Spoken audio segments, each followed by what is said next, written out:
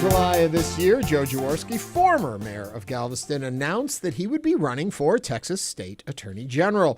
Jaworski, who has run for this seat before, will this time face off against Texas State Senator Nathan Johnson and Attorney Tony Box in the Democratic primary. To tell us more about his platform, we welcome to the show Joe Jaworski. If you'd like to join the conversation, give us a call, 713-440-8870. You know, Mayor Joe, as Ernie mentioned in this intro, this is not your first time that you have run for this seat. How have you changed, and what has changed from the last time? Celeste, thank you. Frank, Ernie. Well, what's changed is I'm a more mature candidate. You know, when I lost the runoff to my colleague Rochelle Garza in 2022, I immediately endorsed her and became what I always have been, became again a good Democrat. So for the last 3 years, I have spent my time supporting Democrats, writing op-eds, which have been published in all the major newspapers in Texas. I had my own radio show on KPFT, the midterms, with Joe Jaworski, interviewing all the leaders in the Democratic Party and the media involved in documenting what's going on in Austin. And I had to resign, obviously, when I announced. So I am ready, I am unafraid, and I am running for Attorney General to meet this moment. Texas needs a fighter, and that is exactly what you want when you're in court. You don't want your lawyer to say, oh, by the way, I'm under indictment, or, oh, by the way, I'm a collaborationist with Dan Patrick, like some of our Democratic senator, including Nathan Johnson is, and I can talk more about that. What people want is a verified, true Democrat who is ready to fight and meet the moment, and that is Joe Jaworski. But, sorry, really quickly, just to follow up with that. But, Joe, as you say that, people don't want, to hear their attorney general saying, I'm under indictment. They still voted for the person that said that he was under indictment. Well, Celeste, those who voted indeed voted. Now, what I find is that there is almost a sleepwalking that goes on, and you have to remember when literally less than half of all eligible voters in Texas actually show up to the polls, you have to ask yourself what's going on. Also, the last time Paxton was able to pull off that sleight of hand was Joe Biden's midterm. Now, I will say we talk a lot of trash on Paxton, well-earned, mind you, but the guy never lost. Right. Okay. Now, he's moving on. We tried to get him on whistleblower. We tried to get him on impeachment, civil, criminal exposure. He evaded all of it. The only thing that's exiting him from the office is his own ambition. And I say, so be it. So there's going to be an open race, and this is going to be Donald Trump's midterm. Celeste, if you liked 2018, you're going to love 2026. Let me, before we get into your platform and all that, help people understand, because when I look at all the things that you were saying you are going to do, people misunderstand, I think, the power of the Attorney General, that the Attorney General is simply there to do the work of the governor, the lieutenant governor. They don't understand where you have, this position has power, where it has an area to make priorities and to set an agenda. Explain your understanding of the position. The Texas Attorney General is an independent executive constitutional office. It has over 4,000 employees, which is the largest agency in state government. It has over 800 lawyers of that 4,000 plus employee pool. It is the largest law firm in Texas. So I would say that you're right, Ernie. It's not the governor's lawyer. It's not the lieutenant governor's lawyer. It is the people's lawyer. And by people, I mean 32 million Texans. When the Texas Constitution was last written in 1876, this was right after Reconstruction. And Texas did not want a monarch. Texas did not want a unified power telling it what to do. So it dispersed the executive. That's why you have the governor separate from the lieutenant governor, separate from the attorney general, comptroller, land commissioner, and on and on. So the attorney general, at least in recent memory, the last 30 years, has always been, quote, on the Republican team. But it is independent as it gets. And you can see an attorney that might become attorney general who says, I'm not doing what the legislature wants. Mm-hmm. That's an unconstitutional law, and I'm taking you to court. It could happen. So that brings me to the question I had. For instance, Galveston ISD sued by Paxton over the 10 Commandments in the classrooms.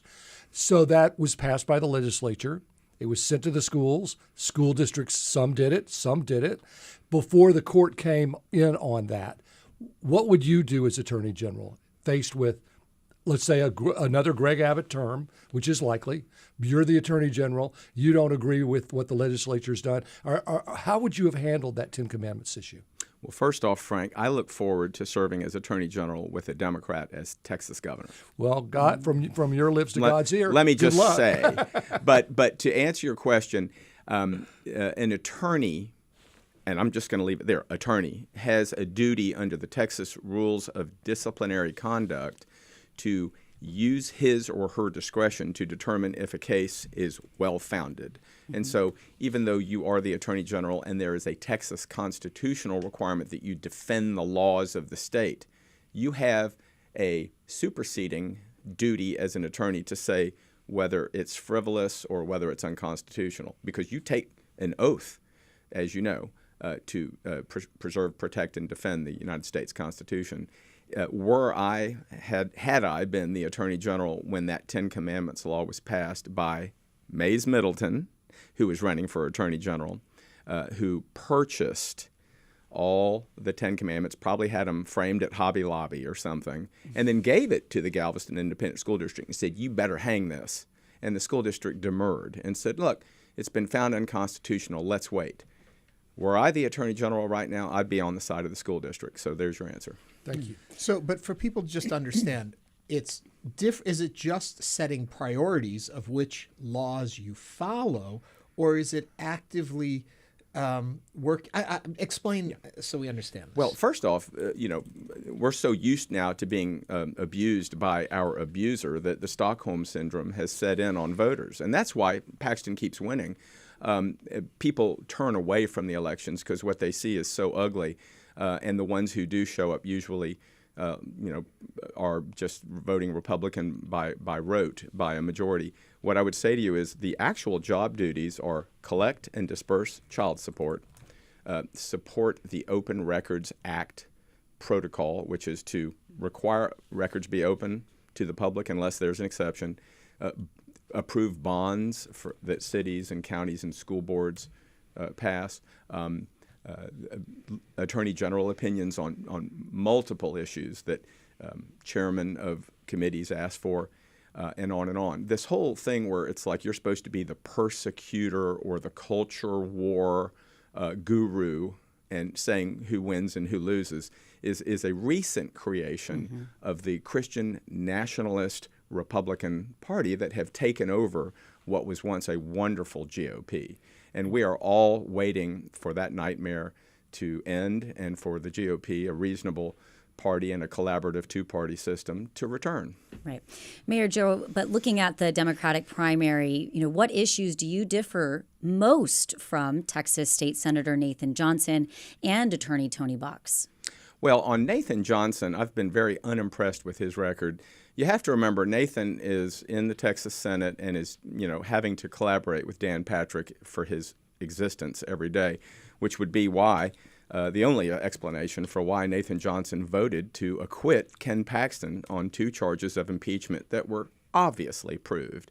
This also would explain why Nathan Johnson was one of 2 Democrats to join all Republicans in support of the Kill Free Speech on Campus Act. It was actually called the Texas Campus Security Act, that prevents our students who are adults on Tier 1 universities from meeting at night and expressing themselves at night. Well, a Reagan-appointed federal judge in Austin said, I'm sorry, the First Amendment doesn't go to bed at 10 p.m. And so he ruled that unconstitutional.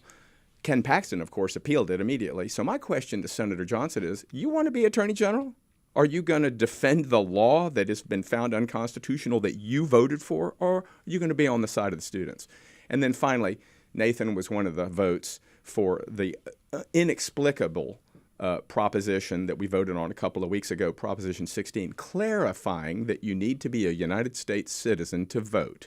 Well, I knew that already. It's actually already in the Texas Constitution. My question to Senator Johnson that I posed at our debate is, why are you giving comfort to a scoundrel like Ken Paxton? Why are you giving comfort to the MAGA agenda that says there are masses of undocumented aliens pooling at our polls? It's just not true. Why would he do that? And I think that is the big difference. I would never support that sort of agenda. As Galveston mayor, I stood true and tall for public housing being rebuilt, no matter the cost to my candidacy for re-election, and I got it built. That's the kind of fighter Texas needs. When you look at what you are facing now in this race, are you looking at actually running against Ken Paxton in a way, or are you looking at the candidates that are in the Republican side running?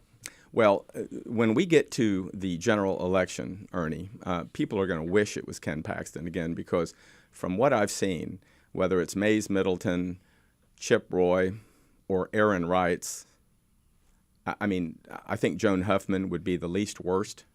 But if MAGA won't have Eva Guzman, who would have probably made a fabulous nominee, they aren't going to support Joan Huffman. And I'm sorry to say it like that. I sound like I'm some political analyst, but let's all get real here. It's going to be one of the more aggressive alpha male, and it's going to be grotesque. And I'm going to make the case that government needs to stop abusing the people and do what Robert Kennedy, the father, said, which is that government is for taming the savageness of man and promoting a gentle solution to government. So if you win, then what is the first reform you would enact in your first 100 days? I'll give you the first 24 hours, which would be to reverse 2 or 3 lawsuits that Ken Paxton has filed.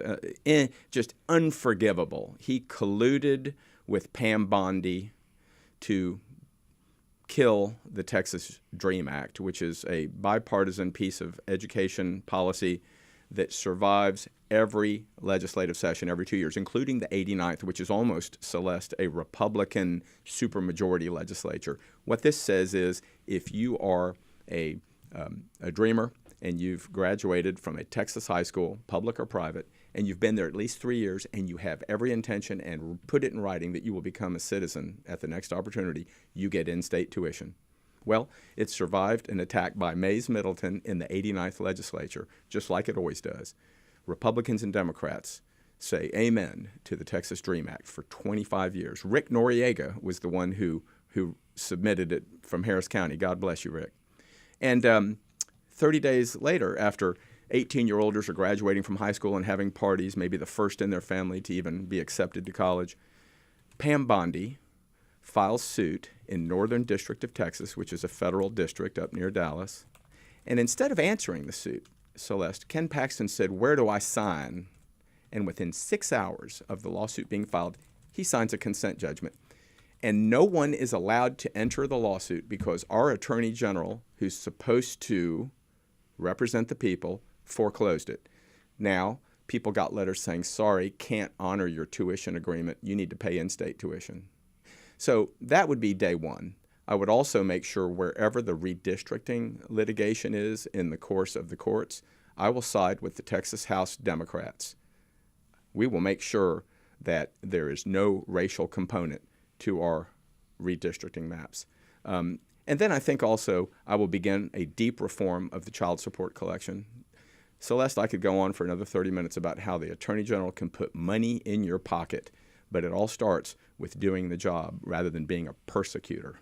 Well, Mayor Joe, what's the path? I know you've been out there stomping around and been rallying up votes. What are you seeing out there, and how are you going to turn that momentum into a victory? Well, I heard y'all talking about money earlier. Money. Greg Abbott's $90 million. And, everyone always promotes their big bag of cash. And no one ever really asks, well, what do you spend it on? I mean, like, okay, this money's great, but what are you buying with it? And, of course, Greg Abbott would say, media. I'm gonna use it to pulverize my opponents, like he did all the Republicans who weren't loyal enough on the question of vouchers. They were loyal on everything, but he defamed them all in their districts with lies about their record on immigration to where people, those who showed up to vote, said, well, we got to get rid of these guys. Then he got voucher happy people. So I think the path that you have to know your enemy, right? You have to know your opponent, Frank. So the path has got to be that he's going to use this $90 million to call me a pervert or a molester or something, something truly hideous. And what I'd like to say to the governor, whatever his political team, because he's not going to come up with it. I mean, he's just going to authorize it. Whatever firm he hires to say horrible things about Democrats, good luck, buddy, because the biggest ad that he will not even have a fraction to rebut is how horrible the Trump administration is tanking in America.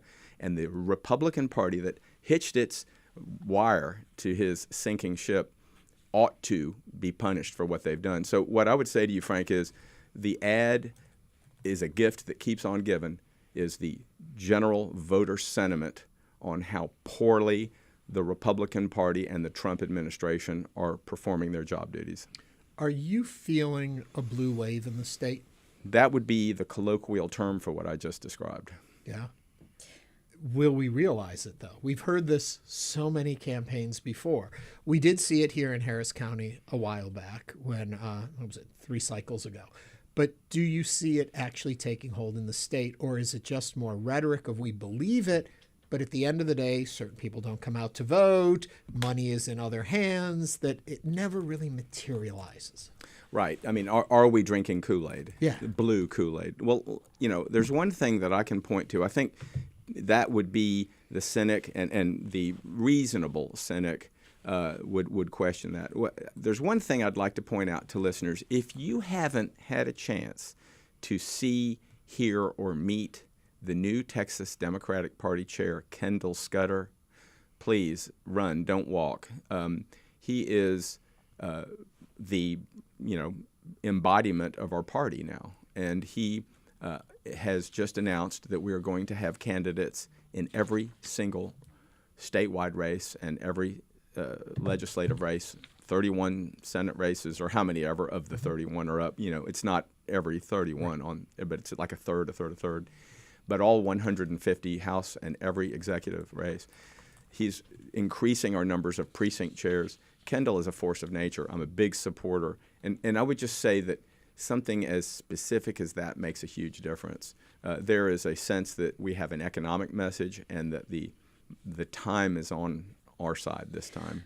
However, Mayor Joe, I've got to ask you, though, I mean, looking at a blue wave, and as Ernie pointed out, there have been talks about this before in the past. The Market Law School poll shows 85% of Republicans approve of what the president is doing and his job. The Ipsos Reuters poll from June 2025 found 91% of Republicans approve. Texas is known for being a red state. So when you say that Ken Paxton doesn't have a foot on to stand on in that, the president is tanking the state and the country, it's showing otherwise in the polls. Well, let's look at the numbers then. So anytime we have a midterm primary, like 2022 was the most recent one, 2.2 million Republicans voted and around 1 million Democrats. So that's 3.2 million combined. There was like somewhere around 9 million who voted in November. So, who are these extra 6 million? These are independents. These are people who don't vote in primaries. They may lean one way or the other if asked.